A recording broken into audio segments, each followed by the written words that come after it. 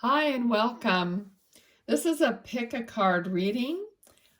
Each pile has this cards from the same 4 oracle decks. I just put a different one on top, for each one. So this would be number 1, number 2, or number 3. So it's like the red one is number 1, the purple one is number 2, and the gold one is number 3. So see which one you feel drawn to, or you can listen to more than one. I'm going to timestamp them. So let's get started. I have not looked at any of these cards, so I'm going to see them for the first time. I'll read them to you, and then if I get any more impressions, I will let you know, of course. Okay, so pile number 1. The first card you got was Angel Numbers. It is pay attention to the signs. Your angels are trying to deliver a message. Okay, you also got Uncovering Treasure. Beneath the surface lies great bounty. You got number 18, the Moon.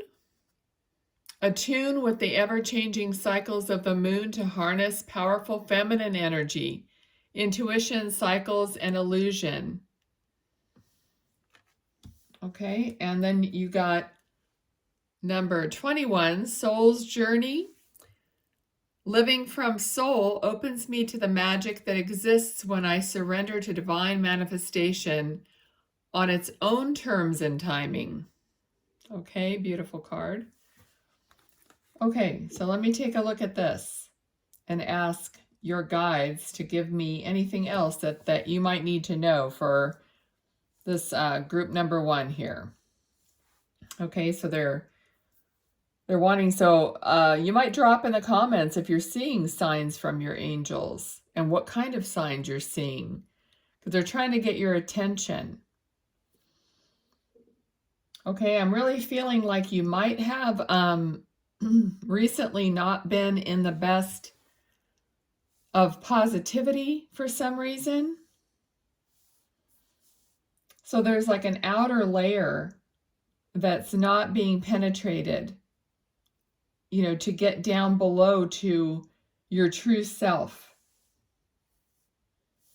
All right, so all these cards are trying to get you beneath the surface. Beneath the surface lies great bounty. Okay, your intuition. So somebody's they're trying to crack you open.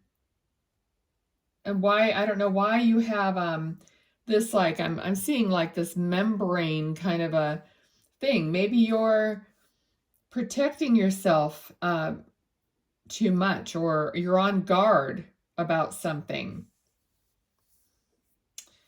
So you're really, they're trying to let you know that you're not doing yourself a favor by being so guarded. Okay, I'm hearing that you can't really help yourself. So maybe there's something going on right now that is causing you discomfort to the point where you feel like you have to protect yourself, and you're just constantly thinking about protecting yourself or avoiding something that's going on, or trying to not be a part of it, not be subject to any more of this feeling. Okay, so there's a dragon here in this picture. And this dragon looks this dragon is looking at this chest of, I guess, jewels. It is looking at this bounty, but the dragon doesn't look really happy about it. So there's something on the surface that is not allowing you your full potential or your full happiness. And that's what they're trying to, I'm literally seeing like them tapping on your outer shell kind of a thing. I'm seeing them with like this little hammer, like hammer and a chisel, trying to tap tap into through your little protective outer layer. So, sometimes when we try to protect ourselves, we're not allowing, your own intuition to work. You're not allowing the good stuff. Okay. So this message is for you to, like this says, to attune to ever-changing cycles of the moon, to harvest power and feminine energy. It's just for you to tune in and not to be so worried about having to protect yourself, because they're there. Your angels are there to help you. So this is just a message that you're supported. Here it is about surrendering.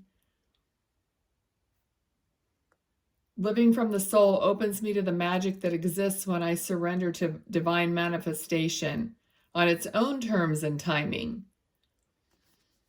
So you're surrendering to that and not being so, I even heard like judgmental, or it's like you might be judging first so that you won't be judged. That's kind of something that happens when you've been hurt so many times that you almost subconsciously you start having such a strong judgment, because you almost want to like get ahead of it somehow, because you think you're going to be judged. So you decide subconsciously that you're going to judge first with your opinions, and you're going to have these opinions about people, about situations, prior to even finding out what's beneath the surface. Okay, so that seems like it's the message for group 1. Okay, let me know if that resonates with you after you choose this. Okay, so we're going to pick this up and move on to group 2. All right, so group 2, let's see what you have. First card is First Light, beginning a new cycle. Beautiful.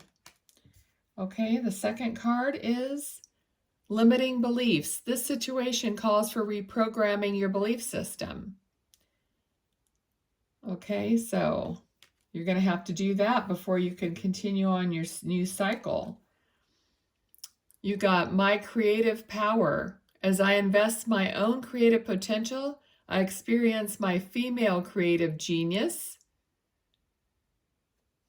Okay, not really, even though it says female, this is not gender specific. And we also have astral travel, spiritual body, and remote viewing. Okay, so let me see what Spirit wants to say about this group. Definitely feel like these limiting beliefs are going to have to be set aside in order to have the first light, the first opening of your new cycle, the first ripening. This is almost like, it's like spring. It's like, you know what this is? It's like the sun, but it reminds me of a peach or something. It reminds me of something ripening. All right. And there's a bird's nest here with the birds, creation.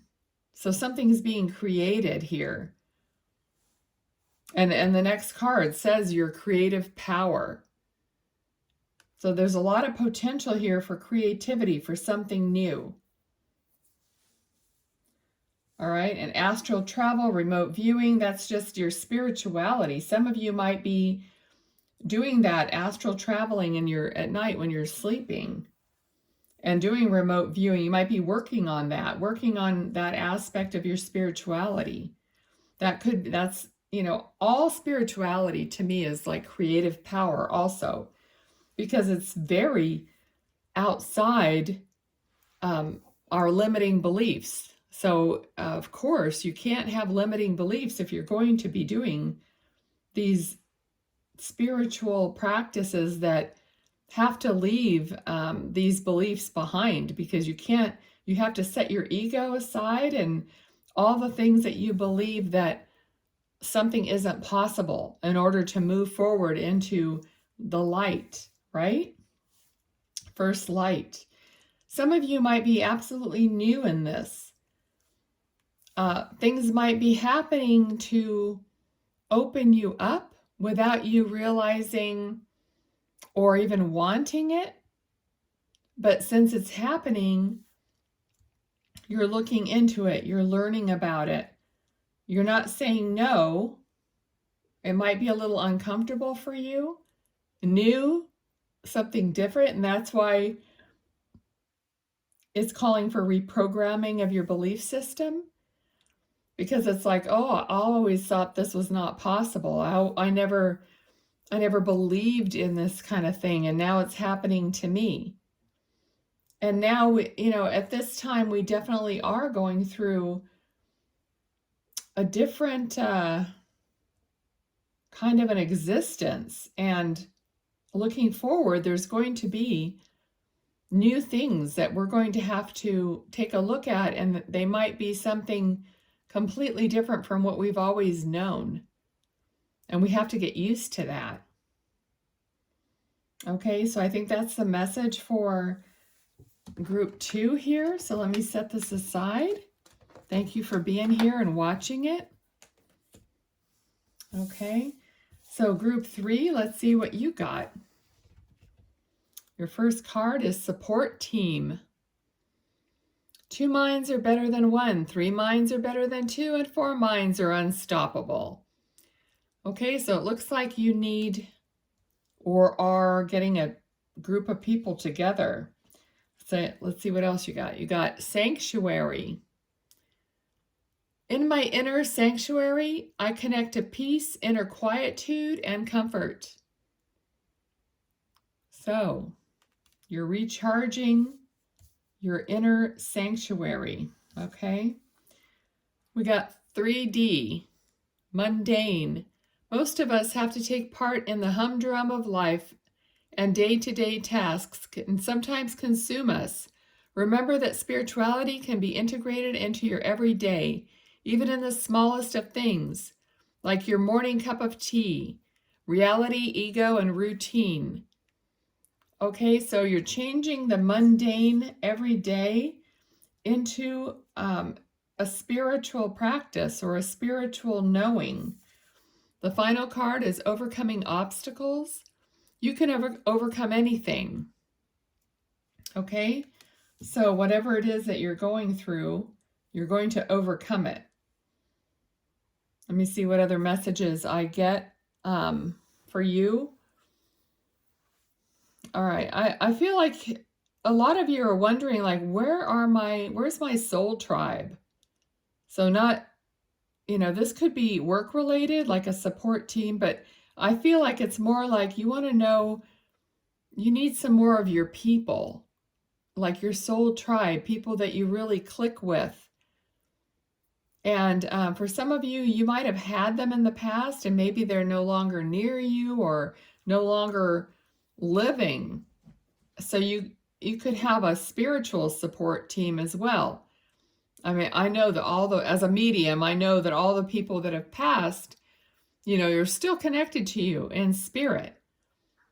But this feels like you need some new people to possibly take their place in your physical life. Okay, so you're looking for more people who are like-minded. Okay, sanctuary. So you have to, we all, if we're spiritual or we're including spirituality in our life, we have to get comfortable with being quiet. Okay, even if you say you don't meditate, meditating isn't, my guides have explained to me that meditating is more of a relaxing process, so it gets your mind to quiet down. But once you learn how to do that, then we call it sitting in the power, because you already understand your connection to your guides and to source energy and all those things.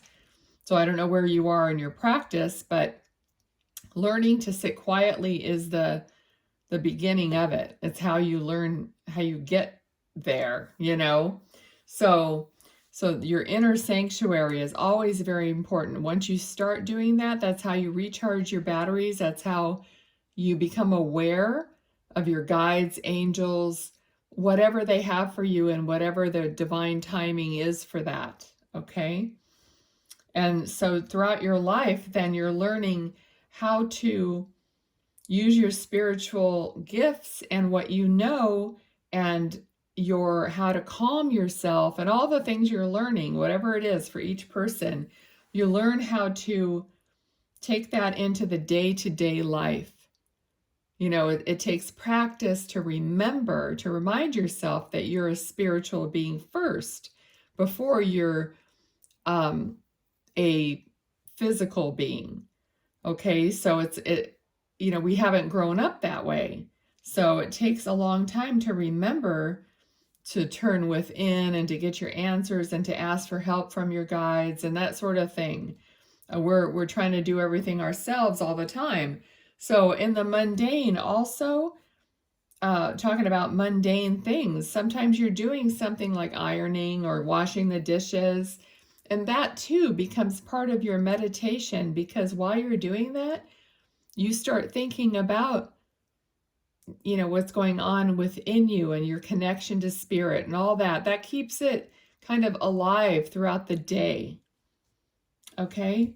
And overcoming obstacles, you can overcome anything. Well, once you start making this connection to spirit stronger and stronger, then it's easier for you to overcome things, because then you know something more about yourself and how you're connected to everything, and you learn about manifesting and how, you know, positivity makes a difference, and feeling what you want instead of feeling what you don't want is better, and it's going to bring you what you desire, instead of you don't just keep looking at what you don't want and rehashing that over and over. Instead, you learn to look at what you do, what you want the outcome to be, and feel that emotional feeling of what it's like to receive the outcome that you want.